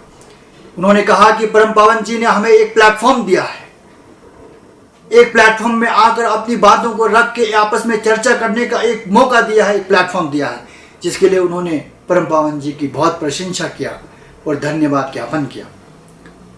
उन्होंने कहा कि अगर हम देखें तो सभी धर्मों का मार्ग एक ही है, सभी धर्मों के बीच में धर्म सामंजस्य होना, रिलीजियस हार्मोनी होना, भाईचारा होना मानवता के लिए बहुत ज़रूरी है। तो इससे एक सारी दुनिया में एक जो मैसेज दिया है वो बहुत मानवता की भलाई के लिए दिया है। आज 21वीं सदी में धर्म जैसा एक सब्जेक्ट जो इंसान के लिए एक अपना पर्सनल भी होता है, वो एक सेंसिटिव भी होता है। इंसान जो है वो इमोशंस में जीता है, तो उस इमोशंस को कंट्रोल करना, उस इमोशंस को पॉजिटिव करना, वही जो है धर्म का कार्य है। उस प्रकार से हिज होलीनेस ने फिर सितंबर 8, 2011 को कनाडा में इंटरफेथ मीटिंग और संवाद का कार्यक्रम रखा। वहाँ पे भी अलग अलग धर्मों के जो लोग थे, धर्म गुरु थे और फॉलोअर्स थे, स्कॉलर्स थे, जिन्होंने इस इंटरफेथ आपसी आस्था और धर्म के ऊपर संवाद किया। तो वहाँ पर भी हिज होलीनेस परम पावन जी ने भारत का उदाहरण दिया कि भारत एक ऐसा देश है जहाँ अलग अलग धर्मों को मानने वाले और अलग अलग धर्म साथ में रहते हैं सदियों से। अशोक का सम्राट अशोक ने भी अपने एडिक्ट्स में लिखा है, जहाँ उन्होंने सब धर्मों के लोगों को बढ़ावा दिया और सब लोगों को आदर सम्मान दिया। उस प्रकार से इवन प्राचीन भारत में जब अकबर मुस्लिम का राज था, उनका भी अगर आप इतिहास देखें तो वहाँ पे भी उन्होंने कोशिश किया कि सभी धर्मों को सम्मान होना चाहिए। प्रजा के राजा के तरफ से सभी धर्मों का बढ़ावा के लिए सहयोग देना होगा। तो इस प्रकार से भारत का प्राचीन परंपरा रहा है कि सभी धर्मों को, ये अलग अलग रास्ते हैं मानवता की भलाई के लिए, और इसमें हमेशा आपसी भाईचारा होना चाहिए। इसके कारण से भेदभाव करके युद्ध ना होना चाहिए। तो परम पावन जी ने भारत का उदाहरण देकर वहाँ पश्चिम देशों में भी धर्म संवाद, सर्वधर्म सम्मेलन में लोगों के सामने इन बातों को रख के हमेशा प्रयास किया कि धर्म सामंजस्य, रिलीजियस हार्मोनी हो, सभी धर्मों के बीच में भाईचारा हो, हार्मोनी हो, ये करनी। दूसरा प्रोग्राम उन्होंने फिर इंटरफेथ को लेके, धर्म को लेके संवाद ऑस्ट्रेलिया में हुआ। उसके बाद में भी 2012 में वाशिंगटन डीसी यूनाइटेड स्टेट्स में जब सितंबर 11 का जो अटैक हुआ था यूनाइटेड स्टेट्स के ऊपर में, उसका जो कमेमोरेशन ईयर में भी हिज होलीनेस ने सभी धर्मों को आदर सम्मान की बात रखी।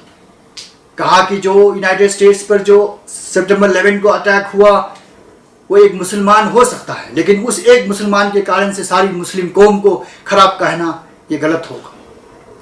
हर धर्म को मानने वाले में कुछ ऐसे एलिमेंट्स होते हैं, उन्होंने कहा। तो इसलिए इस्लाम खराब है, हमें ऐसा नहीं सोचना चाहिए, और हमें सभी धर्मों को सम्मान और आदर देना चाहिए, और सभी धर्मों के बीच में आपसी भाईचारा होना चाहिए।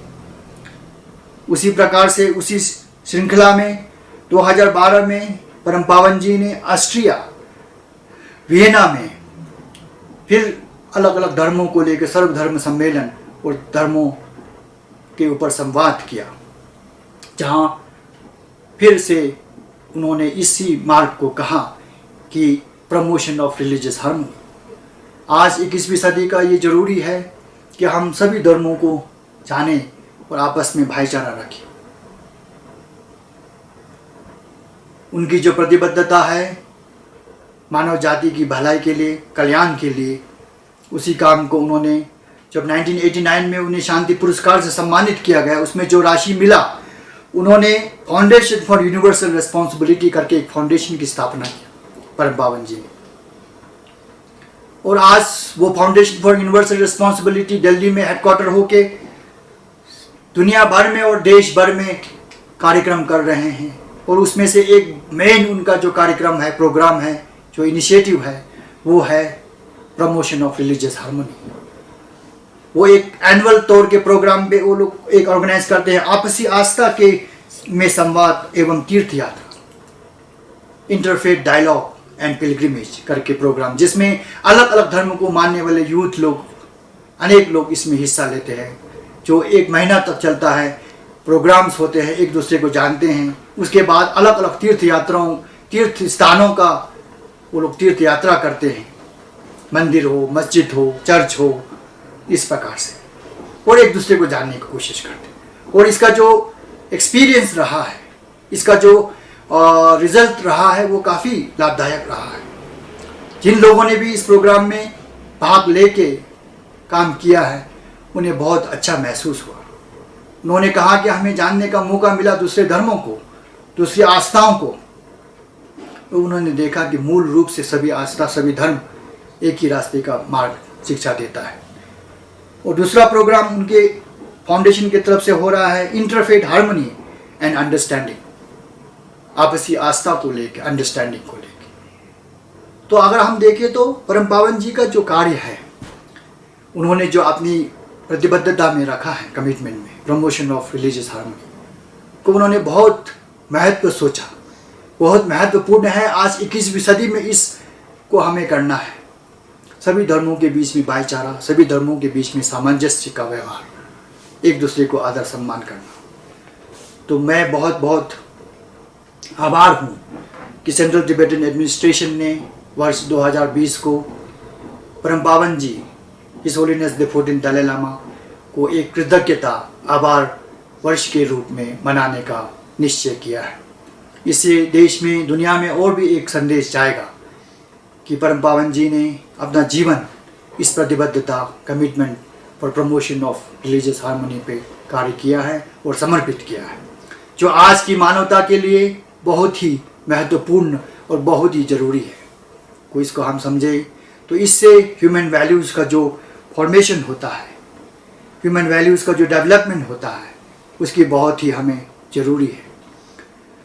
तो इन्हीं शब्दों के साथ में मैं अपनी वाणी को विराम देता हुआ फिर से एक बार central Tibetan administration, department of information and international relationship Dharamshala को धन्यवाद देता हूँ कि मुझे इस अवसर पर प्रमोशन ऑफ रिलीजियस हार्मनी और हिज होलीनेस को आभार प्रकट करने का, कृतज्ञता प्रकट करने का मौका मिला।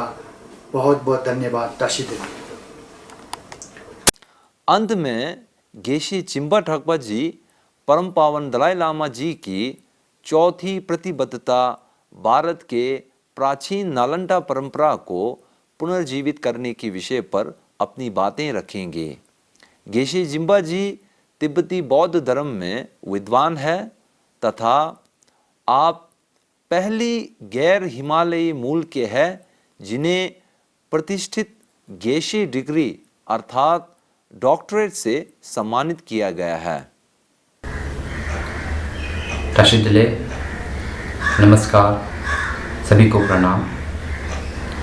CTA के अंतर्गत जानकारी एवं अंतर्राष्ट्रीय संबंध के विभाग के सभी कर्मचारियों को मैं धन्यवाद देता हूँ, जिन्होंने इस वर्ष परम पावन पूज्य दलाई लामा जी की कृपा के सम्मानार्थ उनके प्रति अपनी कृतज्ञता अर्पित करने के लिए परम पूज्य दलाई लामा जी की 4 प्रतिबद्धता, 4 कमिटमेंट को विषय बनाकर प्री रिकॉर्डेड कथन श्रृंखला का आयोजन किया और इस कथन श्रृंखला में मुझे परम पावन जी की इस 4 प्रतिबद्धता के बारे में कहने का अवसर प्रदान किया।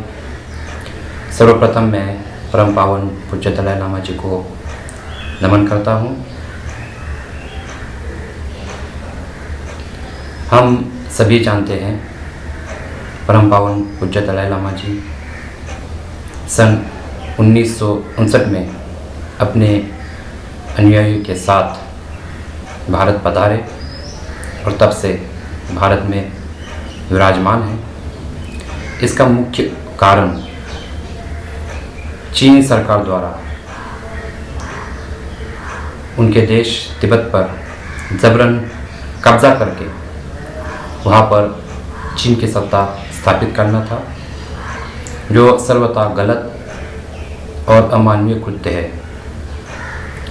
चीन ने तिब्बत की राष्ट्रीय पहचान और राष्ट्रीय संस्कृति को नष्ट करने का प्रयास किया, परंतु परम पूज्य दलाई लामा जी ने भारत में रहकर अपने देश की राष्ट्रीय पहचान और राष्ट्रीय संस्कृति को पुनर्जीवन देने का एक महत्वपूर्ण ऐतिहासिक काम किया और इस कार्य को तिब्बत और विश्व के इतिहास में हमेशा श्रद्धा एवं मैत्री भाव से स्मरण किया जाएगा। और परम पावन जी के नेतृत्व में तिब्बती समाज ने कई अधिक उपलब्धियां हासिल की। स्वयं परम पूज्य दलाई लामा जी के व्यक्तित्व में एक बड़ा परिवर्तन हुआ, जिसका प्रमाण विश्व ने उन्हें शांति नोबेल पुरस्कार से सम्मानित किया और ये सब उन्होंने भारत में रहकर किया।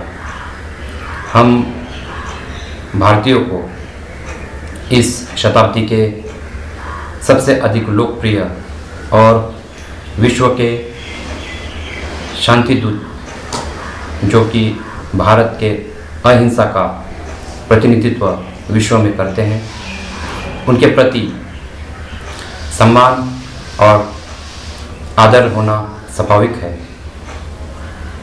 और इसके साथ तिब्बत एवं भारत के संबंध और परम पूज्य दलाई लामा जी के बारे में जानना भी आवश्यक है। तिब्बत और भारत के संबंध न केवल राजकीय स्तर पर पिछले 6 दशकों से ही नहीं, अपितु 7वीं शताब्दी से शुरू हुए हैं। भारत के तपस्वी और धार्मिक श्रद्धालु तिब्बत के कैलाश पर्वत और मानस सरोवर जैसे क्षेत्रों को अपना श्रद्धा केंद्र मानते हैं और तिब्बतीय भारत को अपना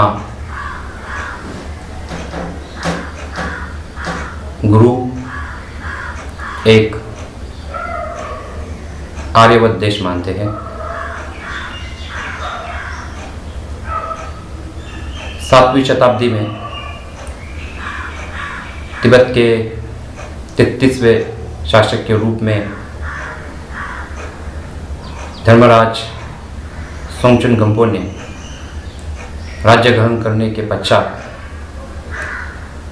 उन्हें अपने देश की भाषा होने के बावजूद तिब्बत की लिपि न होने के कारण अपने देश का राज्य कारभार और पड़ोस के देशों में संबंध बनाने में समस्या उत्पन्न हुई। तब उन्होंने अपने मंत्री थुनवी संबोट को भारत में विद्या अर्जन के लिए भेजा और उस समय भारत में गुप्त वंशीय राजाओं का राज्य था और उनकी भाषा और लिपि गुप्तकालीन ब्राह्मी लिपि, जो ईस्वी सन पूर्व 350 वर्ष से प्रचलित थी, उस लिपि को आधार बनाकर थुनवी संबोट ने तिब्बत की एक स्वतंत्र लिपि बनाई और वह तब से लेकर आज तक भारत और तिब्बत, भारत के कई उत्तर पूर्वी राज्यों में जैसे कि तिब्बत, लद्दाख, सिक्किम, अरुणाचल प्रदेश, स्पीति आदि राज्यों में विद्यमान है। और यह प्रमाण है कि तिब्बत कभी भी चीन का अंग नहीं था, क्योंकि तिब्बत की अपनी एक स्वतंत्र भाषा, स्वतंत्र लिपि, स्वतंत्र संस्कृति और स्वतंत्र राजकीय व्यवस्था थी। 8वीं शताब्दी में 38वें शासक के रूप में राज्य ग्रहण करने वाले धर्मराज त्सोंग देशेन ने अपने तिब्बती वासियों के सुख और हित के लिए भारत के हितकारी और अहिंसावादी बौद्ध धर्म को परिचय कराने के लिए भारत से महान पंडित, विद्वान, बौद्ध भिक्षु आचार्य शांतरक्षित जी को तिब्बत में आमंत्रित किया। आचार्य शांतरक्षित जी भारत के श्री नालंदा विश्वविद्यालय के मठाधीश थे। उन्होंने तिब्बत आकर सर्वप्रथम तिब्बतियों को भारत का मूल बौद्ध धर्म का परिचय कराया। उन्होंने तिब्बत में समय नाम के विहार का निर्माण करवाया और वहाँ कुछ तिब्बती उपासकों को भिक्षु उपसंपदा देकर तिब्बत में भारत की श्री नालंदा की परंपरा की शुरुआत की। और कुछ लोगों का ये कहना कि तिब्बत का धर्म एक लामावाद है और उनकी परंपरा तिब्बत में अपनी बनाई हुई है, यह सर्वथा गलत और मिथ्या है, क्योंकि तिब्बत की परंपरा संपूर्ण रूप से शुद्ध नालंदा की परंपरा है। आचार्य शांतरक्षित जी के बाद तिब्बत में भारत के कई विद्वान आचार्य निमंत्रित किए जाने लगे। उन्होंने भारत से तिब्बत में आकर तिब्बत वासियों को नालंदा की परंपरा, अनेक सारी विद्याएं और बुद्ध के वचनों को तिब्बतियों को पाठ पढ़ाया, जैसे आचार्य कमलशील, आचार्य पद्मसंभव, आचार्य श्रीज्ञान दीपंकर अतिशा जी। इन सारे विद्वानों ने तिब्बत में भारतीय धर्म और प्राचीन विद्याओं का विस्तार किया। जैसे जैसे भारत से तिब्बत में बौद्ध धर्म का प्रचार और प्रसार बढ़ा, भारत में वहाँ के तिब्बत के विद्वान भारत आने लगे। उन्होंने भारत आकर भारत की विश्वविद्यालय जैसे श्री नालंदा, तक्षशिला, विक्रमशिला आदि विश्वविद्यालयों में रहकर अध्ययन कर बौद्ध धर्म और प्राचीन विद्याओं का अध्ययन किया और साथ में दुभाषी बनकर उन्होंने भारत के संस्कृत ग्रंथों को, भारत के भारतीय आचार्यों के अनेक ग्रंथों को और साथ ही संस्कृत के संपूर्ण बुद्ध के त्रिपिटक को अपनी भाषा में तिब्बती लिपि में अनुवादित करके तिब्बती लिपि में लिपिबद्ध किया। और इसमें तिब्बत के दुभाषी लोसावा,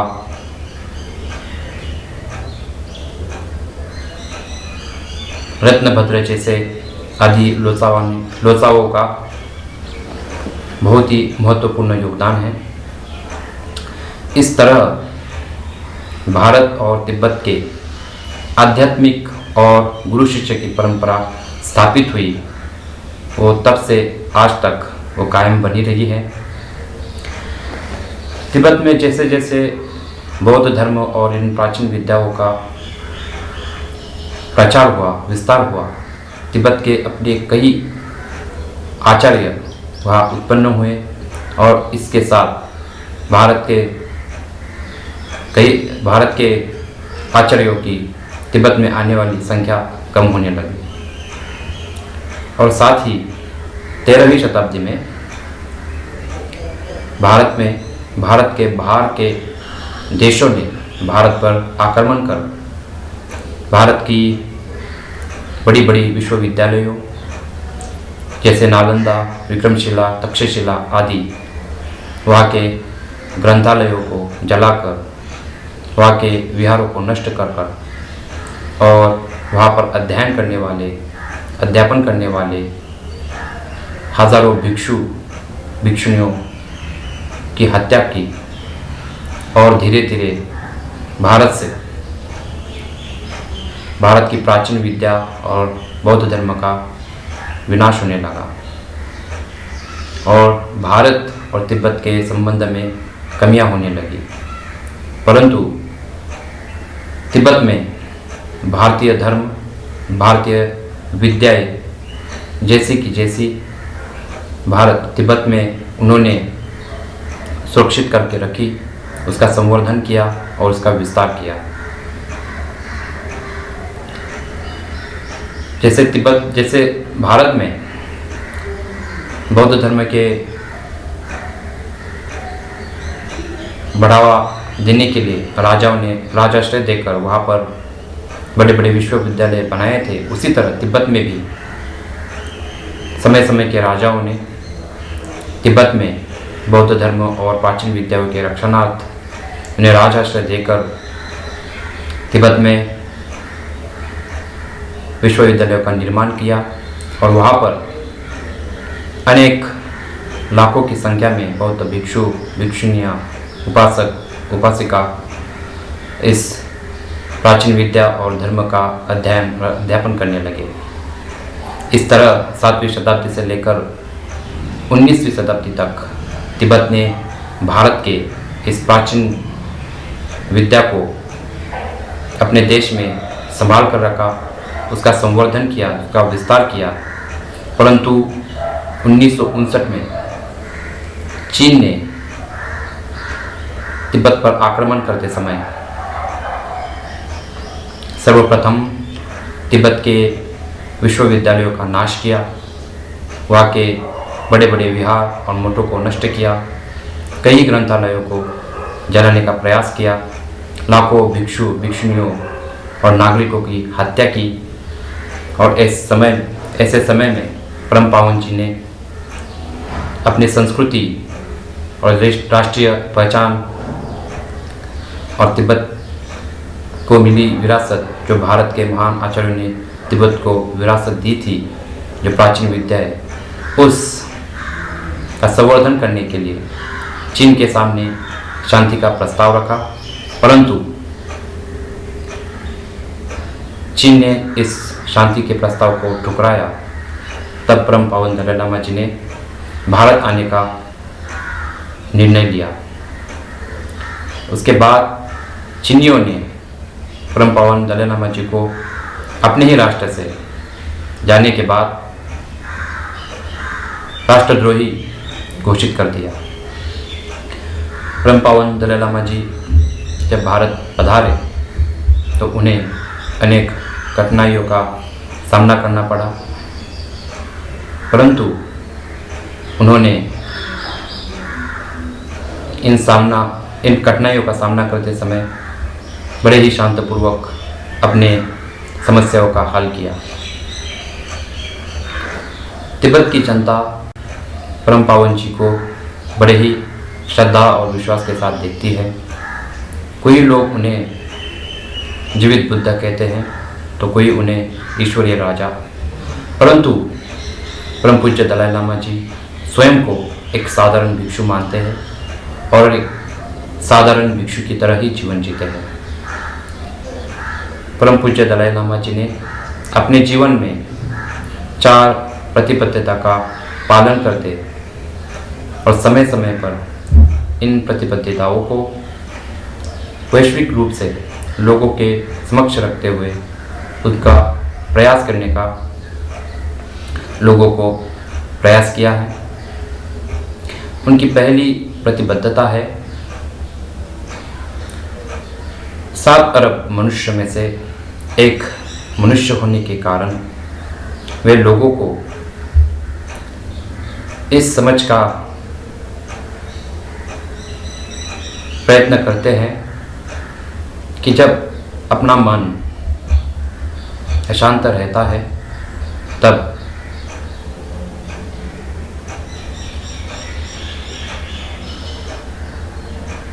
बाहरी भौतिक सुख साधनाएं भीतर की शांति को प्रस्थापित नहीं कर पाती, और जब अपना मन शांत रहता है तब शारीरिक कष्ट भी भीतर की शांति को भंग नहीं कर सकते।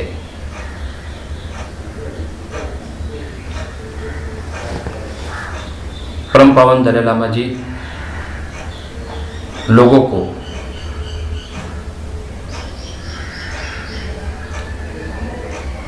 अपनेपन की भावना और मानवीय मूल्यों को, जैसे कि करुणा, क्षमा, शांति, आत्मविश्वास आदि जैसे गुणों को अपने अंदर विकसित करके सुखपूर्वक जीवन जीने के लिए प्रोत्साहित करते हैं। वो कहते हैं, हम मनुष्य होने के नाते हम सभी मनुष्य समान हैं, हम सभी सुख चाहते हैं, कोई दुख नहीं चाहता। इन मानवीय मूल्यों को उपयोग करके हम व्यक्तिगत, पारिवारिक और समाज में शांति और सुख ला सकते हैं। मानवीय मूल्यों का उपयोग करने के लिए धर्म की विश्वास करना या धर्म पर विश्वास नहीं करना, धर्म को मानने वाले धर्म को न मानने वाले, इससे कोई फर्क नहीं पड़ता। जो इस मानवीय मूल्यों का उपयोग करता है उनके जीवन में शांति और समृद्धि आती है। उनका द्वितीय प्रतिबद्धता यह है कि वो विश्व के सभी धर्मों में पारंपरिक, धार्मिक पारंपरिक और सभी धर्मों में आपसी मेल बनाने के लिए प्रयत्न करते हैं। उनका कहना है, धार्मिक परंपराओं में आपसी मेल संभव है, और विश्व के सामने जब इस बात को वो कहते हैं तब इसका उदाहरण के लिए भारत देश को देते हैं। वो कहते हैं कि भारत एक ऐसा देश है जहाँ पर भारत से उत्पन्न हुए बहुत सारे धर्म और भारत के बाहर से आए हुए बहुत सारे धर्म और परंपराएं साथ में रहती है। तो यह संभव है, तो हम लोगों को ये संभव है कि हम धार्मिक परंपराएं और इसके आपस में मेल बना सकेंगे।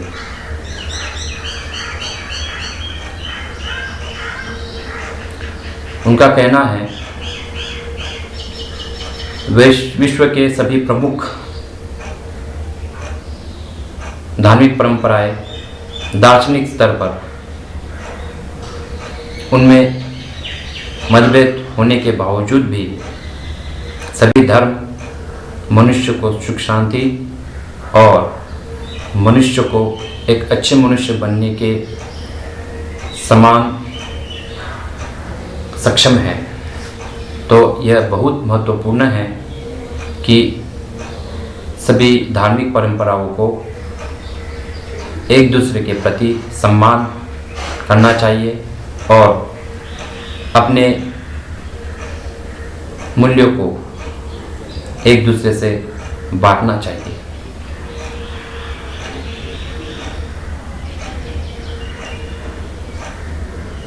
एक सत्य और एक धर्म के विचार के बारे में वो कहते हैं, साधक के वैयक्तिक विचार से ये उसका व्यक्तित्व भी प्रश्न है, परंतु व्यापक समाज के संदर्भ में हमें ये जानना आवश्यक है कि मानवीय समाज के लिए भिन्न परंपराएं और भिन्न धर्मों की आवश्यकता होती है। उनकी तीसरी प्रतिबद्धता वे तिब्बती होने के साथ साथ दलाई लामा नाम का धारण किए हुए हैं और इस वजह से तिब्बत की जनता उन्हें एक आदर्श, उनके प्रति विश्वास श्रद्धा के साथ देखती है और उनका भी दायित्व बनता है कि भारत की तिब्बत की संस्कृति, तिब्बत की भाषा, तिब्बत की राष्ट्रीय पहचान का संरक्षण करे। साथ ही तिब्बत को नालंदा के आचार्यों से मिली विरासत का संरक्षण करे और तिब्बत के पर्यावरण के संतुलन का भी संरक्षण करने का उनका दायित्व बनता है। और उनकी चौथी प्रतिबद्धता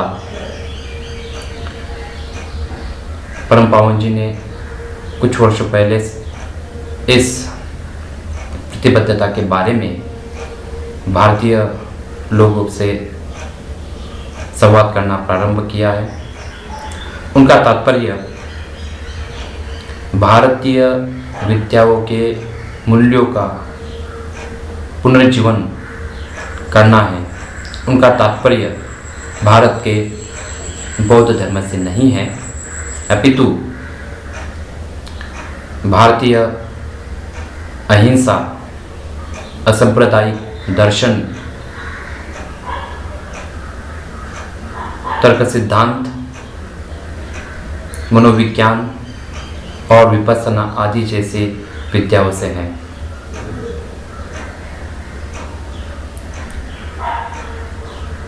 जगह जगह पर कलह और राष्ट्रों में युद्ध, ऐसी समस्याओं को हम केवल अहिंसा से ही समाप्त कर सकते हैं। पाश्चिमात्य देशों में मनोविज्ञान जैसे विषयों बहुत ही प्रसिद्ध है, परंतु ये सब नए हैं क्योंकि भारत में इसका विश्लेषण 3000 साल से किया जा रहा है। क्वांटम फिजिक्स जैसे गंभीर विषय को भारतीय आचार्यों ने 2600 वर्ष पूर्व अपने ग्रंथों में लिखा था। इसके मूल भारत में है, अब कि वह तिब्बती ग्रंथों में उपलब्ध मिलते हैं। भारत की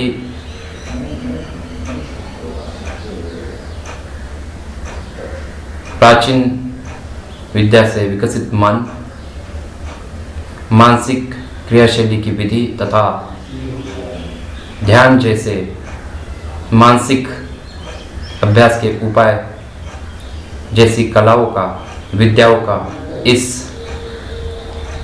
जगत में इस समय बहुत ही आवश्यकता है।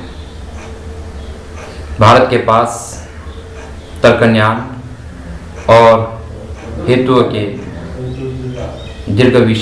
दीर्घ इतिहास का और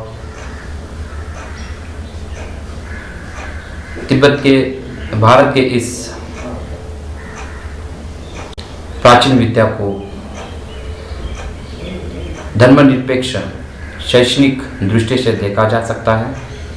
परम पावन जी भारत की भूमि को एक विशिष्ट भूमि के रूप से देखते हैं, जहाँ प्राचीन विद्या और वर्तमान विद्या के समन्वय से इस समाज में एक समन्वय और नैतिकता पर आधारित एक समाज का प्रसार किया जा सकता है। परम पावन दलाई लामा जी इन विद्याओं को विश्व के सामने भारतीय प्रतिनिधित्व के रूप में रखते हैं, न कि तिब्बत के प्रतिनिधित्व रूप में। तो भारतीय लोगों को इस बात के लिए उन्हें धन्यवाद देना चाहिए।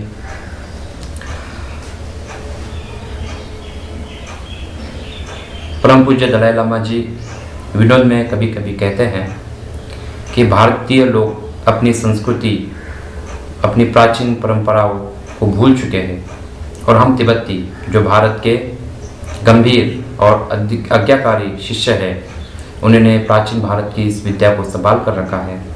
लेकिन मेरा कहना है गुरु जी के इस विनोद को हम भारतीय लोगों ने गंभीरता से लेने की आवश्यकता है। इस प्राचीन विद्याओं का उपयोग कर हम अपने भारत में सुख, शांति और समृद्धि ला सकते हैं और इसका उपयोग करके विश्व में शांति भी प्रस्तावित कर सकते हैं। तथा भारत के लोगों को मैं अनुरोध करता हूँ, भारत के इस प्राचीन विद्या को पुनर्जीवित करने के लिए गुरु जी के इन उद्देश्य के सहायता करके विश्व में शांति प्रस्तापित करने का सहयोग करें। और मैं सभी भारतीयों से परम पूज्य दलाई लामा जी को प्रार्थना करता हूँ, दीर्घायु के लिए प्रार्थना करता हूँ।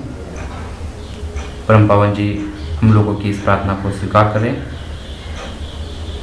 और परम पावन जी के इस महान उद्देश्य के पूर्ति के साथ विश्व में शांति कायम बने रहे। धन्यवाद।